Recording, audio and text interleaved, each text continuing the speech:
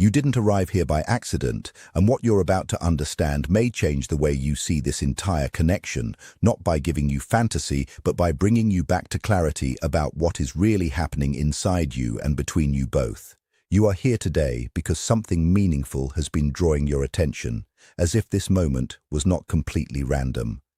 There are times in life when everything slows down inside you and uncertainty quietly rises. Yet deep down, in that silent part of you where your real knowing exists, you may already sense pieces of the truth. What you are experiencing right now is not just ordinary information. It feels like an inner response to what you have been emotionally questioning for some time, maybe even days or weeks. A search for clarity about a connection that has not felt easy to explain. You have felt a strong bond with someone that goes beyond simple logic. A pull that is hard to define in normal words. And at times, in your more vulnerable moments, you may have wondered if it was all just your imagination, your longing, or a feeling created by loneliness. But what you are being guided to understand today is this: what you have felt is not meaningless. The emotions, the intensity, the repeated thoughts about this person, and that strange sense of familiarity are not just random thoughts. They have felt real to you because they are connected to something deeper within your emotional world. At the same time, your uncertainty is also real, and it does not come from the connection itself, but from within you. Old emotional experiences, fears of getting hurt, and past disappointments can all shape how you interpret what you feel now. When something new and intense enters your life, your mind can react with confusion, even when your heart feels something different. That is why you may find yourself overthinking their behavior, questioning silence, or trying to read meaning into small moments. When someone becomes emotionally important to us, even their distance or quietness can feel heavy. But not everything needs to be solved through logic. Some connections are first felt before they are understood. And when emotions are strong, the mind often tries to protect you by creating doubt, hesitation, or distance, even if something inside you still feels drawn in. This is also why letting go and holding on can feel like a cycle. One moment you decide to step away, and the next moment something pulls your attention back. This does not have to be seen as fate or destiny in a literal sense, but more as emotional attachment, unresolved feelings, and deep inner curiosity about what this connection really means to you. You have also been searching for signs. In small gestures, in messages, in eye contact, or even in silence. And because your feelings are strong, everything can start to feel meaningful. A simple moment can carry weight in your mind because of the emotional importance you have already attached to this person. But clarity does not always come from signs outside you. It also comes from understanding what is happening inside you. Your feelings are revealing something about your capacity to connect, to care, and to seek emotional depth. At times, this connection may feel overwhelming because it touches parts of you that are still healing. That is why doubt appears. Not because nothing is there, but because your inner world is trying to protect you from disappointment while you are still emotionally open. What you are feeling is a mixture of attraction, emotional projection, hope, fear, and deep curiosity. And all of it feels intense because it matters to you.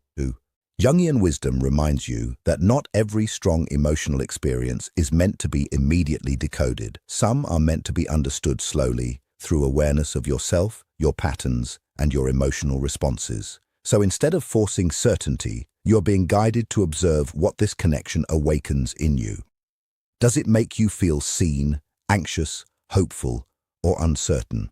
Does it bring peace at times and confusion at others? These answers matter as much as the connection itself. And if you find yourself repeatedly returning to this person in thought, it is not simply weakness or obsession. It is your mind trying to resolve something that still feels emotionally unfinished. What matters most right now is not to rush into conclusions about what they feel or what is destined. It is to understand what you feel and why it affects you so deeply. Because in the end, every strong emotional connection becomes a mirror. It reflects not only the other person, but also your inner world, your needs, your fears, and your desires. And when you begin to see it this way, the confusion slowly turns into awareness. I know that at some point, maybe even not long ago, you started to believe this person was gone for good. Their silence felt like proof. Their distance felt like rejection. And in your mind, the connection slowly started to look like something slipping away. But what you are experiencing is not always as final as your fear makes it seem. When something carries emotional depth, it doesn't always move in a straight line. It goes through phases of closeness and confusion, presence and absence, clarity and doubt. And during the uncertain phases, the mind tends to create the worst possible story just to protect you from disappointment. That is why it can feel so chaotic even when the feelings are real, because real emotional bonds are not only about comfort, they also challenge you. They pull up your fears, your past wounds, and everything you have not fully healed yet. And sometimes that inner chaos is not a sign of loss. It is a sign of change happening inside you, because what is truly meaningful does not only come to stay the same, it comes to transform you. It pushes you to see yourself more honestly. It breaks old emotional patterns that no longer support you, and in that process, it can feel uncomfortable, even painful at times. But later, when things become clearer, you may realize that the silence, the distance, and the confusion were not empty moments. They were shaping your awareness in ways you could not see at the time. The answer you are searching for is not only in what the other person is doing, it is also in what is happening inside you right now. There is a deeper split taking place within you. One part of you feels, senses, and intuitively recognizes the connection, while another part of you demands proof, logic, and certainty before it allows itself to trust. This is where most of your inner tension comes from. Your emotional self leans toward openness, while your protective self leans toward caution. And neither side is wrong. One is trying to experience love, while the other is trying to avoid pain. But real growth happens when these two parts stop fighting and start understanding each other, because not every silence means absence. Sometimes people step back because they are processing their own emotions. Sometimes distance is not a statement, but a phase. And not everything that feels unclear is meant to be immediately solved. At the same time, what you are going through is also teaching you something important about yourself. This connection is not only about the other person, it is also revealing how you handle uncertainty, attachment, hope, and fear.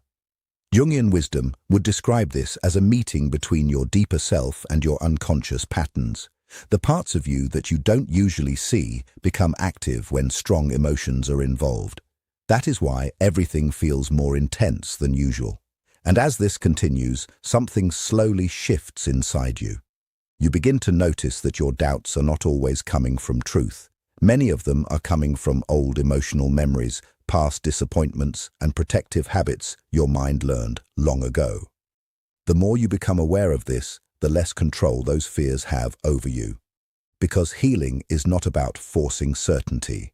It is about learning to stay present even when certainty is not available. And in that process, you may start to realize something important. What you were trying so hard to find outside of you was also quietly taking shape within you all along. This moment matters not because it guarantees a specific outcome, but because it brings your attention back to yourself, back to your awareness, back to your ability to sense what feels true beneath the noise of fear and doubt. The path ahead may still unfold gradually. There may still be questions. There may still be uncertainty. But you are not where you were before. You are more aware now, more reflective, more capable of understanding your own emotional world without immediately losing yourself in it. And perhaps the deepest truth in all of this is not just about the connection itself, but about who you are becoming through it. It warns you that something might go wrong, that you should pull back before you get hurt. It pushes you into fear, urgency, and constant analysis. From this point on, the real task is learning to tell the difference between two inner voices, the restless voice of fear and the quieter voice of inner knowing. The fearful voice is always loud. It feels tight in the body, like tension in your stomach or chest. It keeps you overthinking everything. It makes you check your phone again and again, searching for reassurance that may never feel enough. It creates thoughts like, if they haven't called, they don't care anymore. Or, if they didn't respond the way I wanted, they must be pulling away. This voice is heavy. It drains your energy and keeps your mind stuck in worst-case scenarios. It never really settles because its job is not to guide you into truth, but to protect you from possible pain. The other voice is completely different. Intuition is quiet. It does not rush you. It does not panic. It feels like a steady calm underneath everything else, even when emotions are intense. It doesn't always give you answers right away, but it gives you something more stable, a sense of grounding that doesn't collapse every time doubt appears. Even when your thoughts are uncertain, there is often a softer layer inside you that still feels strangely steady. Not loud, not dramatic, just present. That calm is what many people miss, because fear is always louder. And this is where confusion begins. When your mind has experienced betrayal, abandonment, or emotional disappointment in the past, it starts projecting those memories onto the present.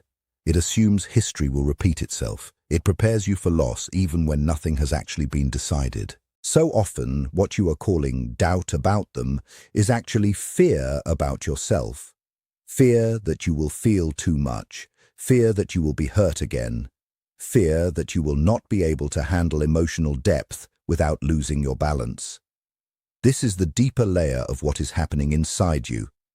And this connection, whatever form it takes, is not just triggering feelings about another person. It is also revealing your relationship with love itself, with trust, with vulnerability, with your own emotional safety. That is why it feels so intense. It is not only about attachment, it is also about awakening old emotional patterns that were never fully processed. Jungian wisdom would describe this as the unconscious becoming active. Old experiences, old fears, and old emotional templates rise to the surface when something meaningful enters your life, not to punish you, but to be seen clearly at last. Every time fear rises, you are being given a choice: to react from old patterns or to observe what is actually happening inside you. When you react from fear, everything feels unstable and urgent. When you observe it, something shifts. You start to see that the emotion is temporary, but your awareness of it is steady. And this is where real inner strength begins to develop. There is also something important to understand about the pull you feel. The repeated thoughts, the emotional attachment, the inability to fully disconnect even when you try. This does not always point to something mystical or destined. More often, it reflects emotional bonding, psychological attachment, and unresolved emotional energy that has not yet reached closure.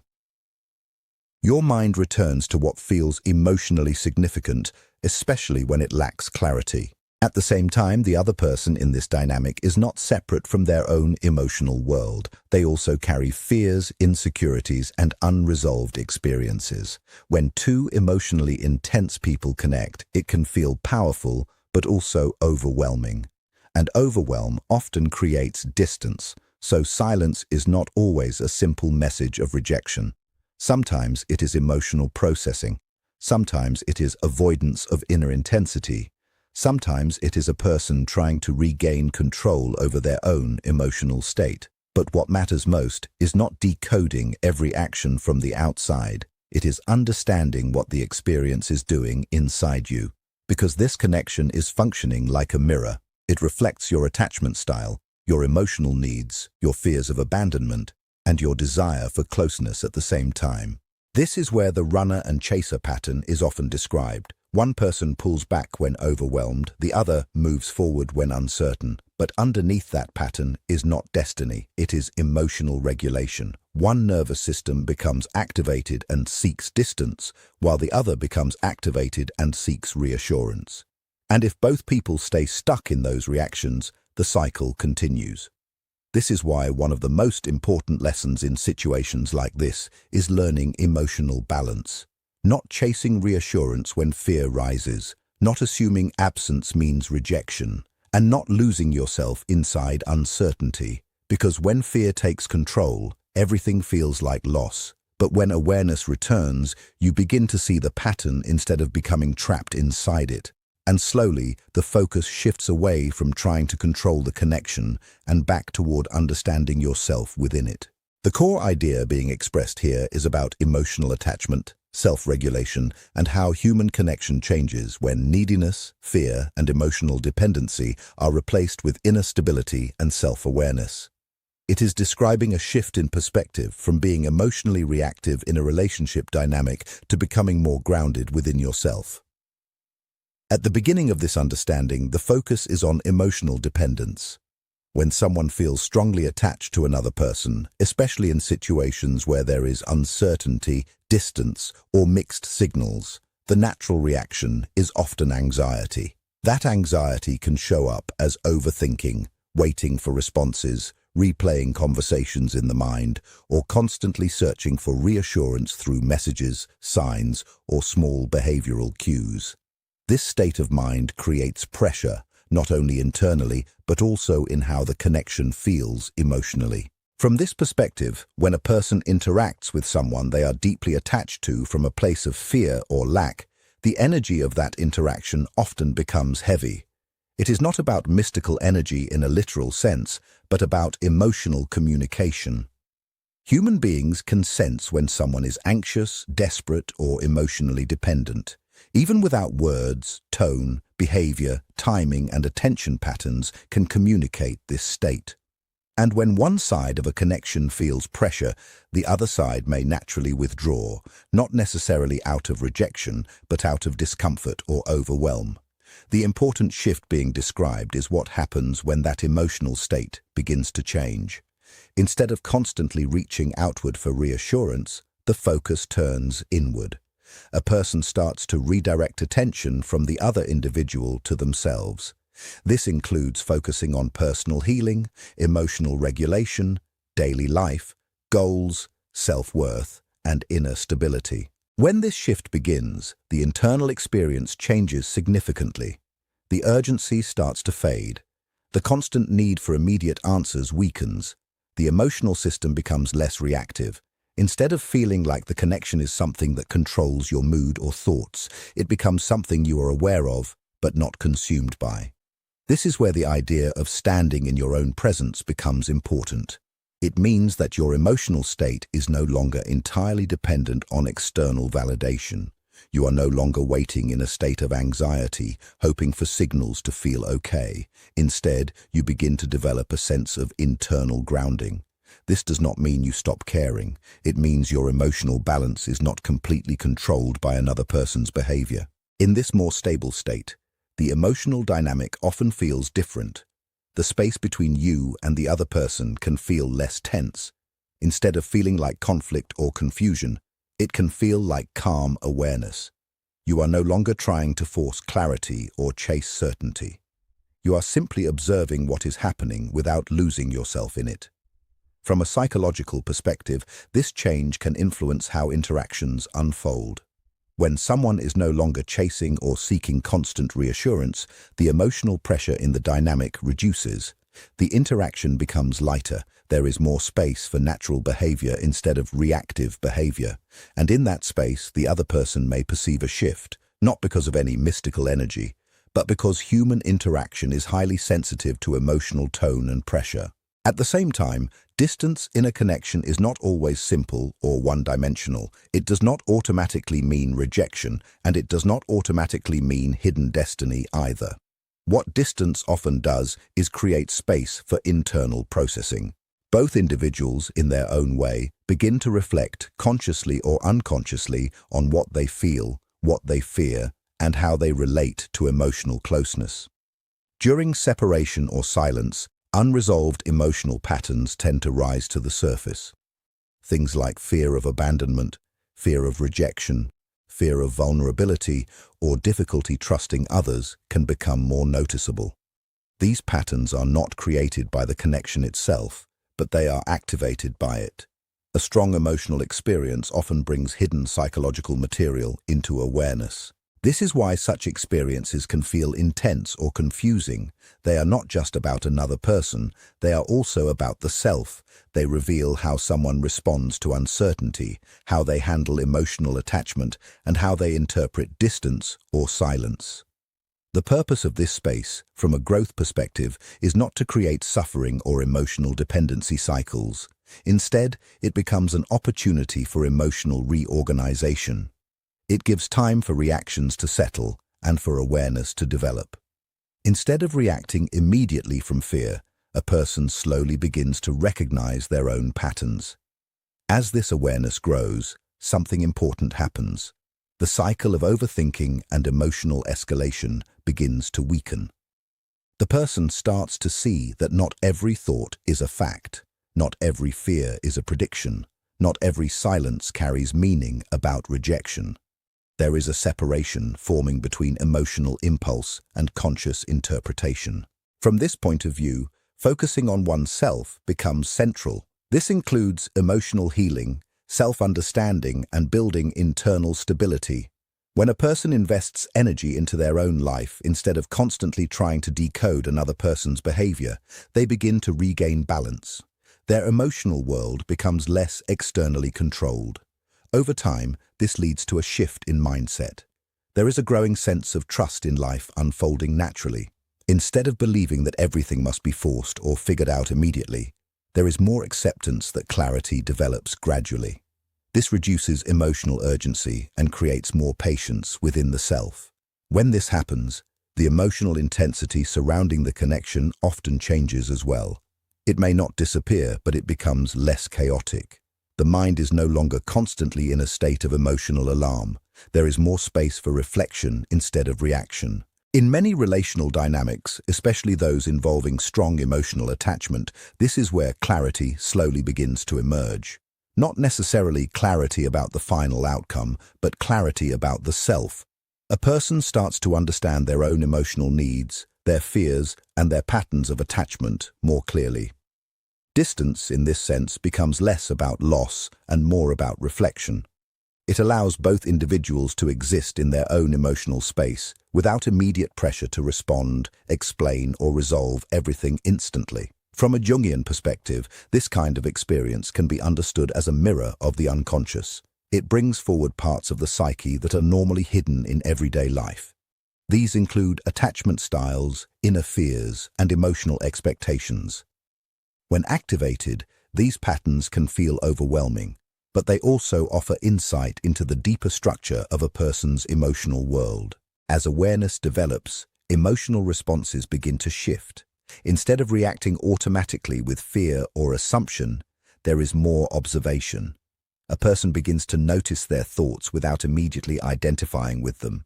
This creates space between emotion and action, which is a key part of emotional maturity. Importantly, this process does not require shutting down feelings. It is not about becoming emotionally cold or detached. It is about becoming emotionally aware without being controlled by emotional impulses. Feelings are still present, but they are no longer the sole driver of behavior. Even if emotional connection remains in the background, it begins to be experienced differently. It is no longer seen only through the lens of destiny, fear, or uncertainty. Instead, it becomes part of a broader understanding of how deeply something affected the emotional system. At this stage, the focus shifts away from trying to decode every sign, message, or coincidence.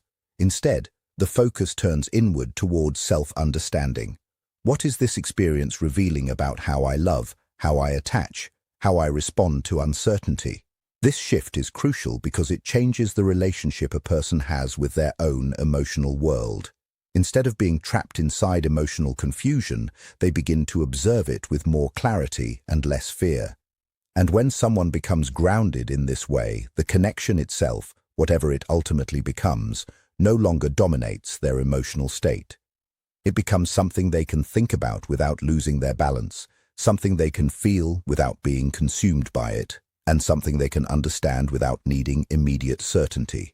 And in the end, you realized that the real clarity was never hidden in their silence or their actions, but in how deeply you were willing to understand yourself through it all.